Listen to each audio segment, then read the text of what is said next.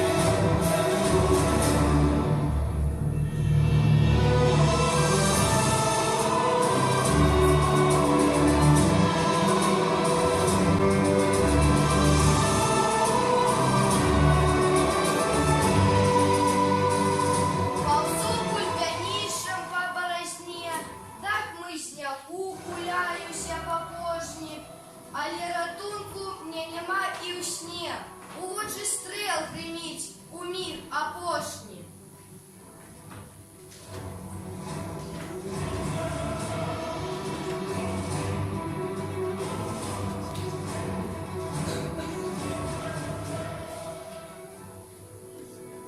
Я ведаю, пазбыцца гэтых сноў не дапаможа мне ніхто на свеце. Я буду трысніць імі зноў і зноў, яны мае навек да самай смерці.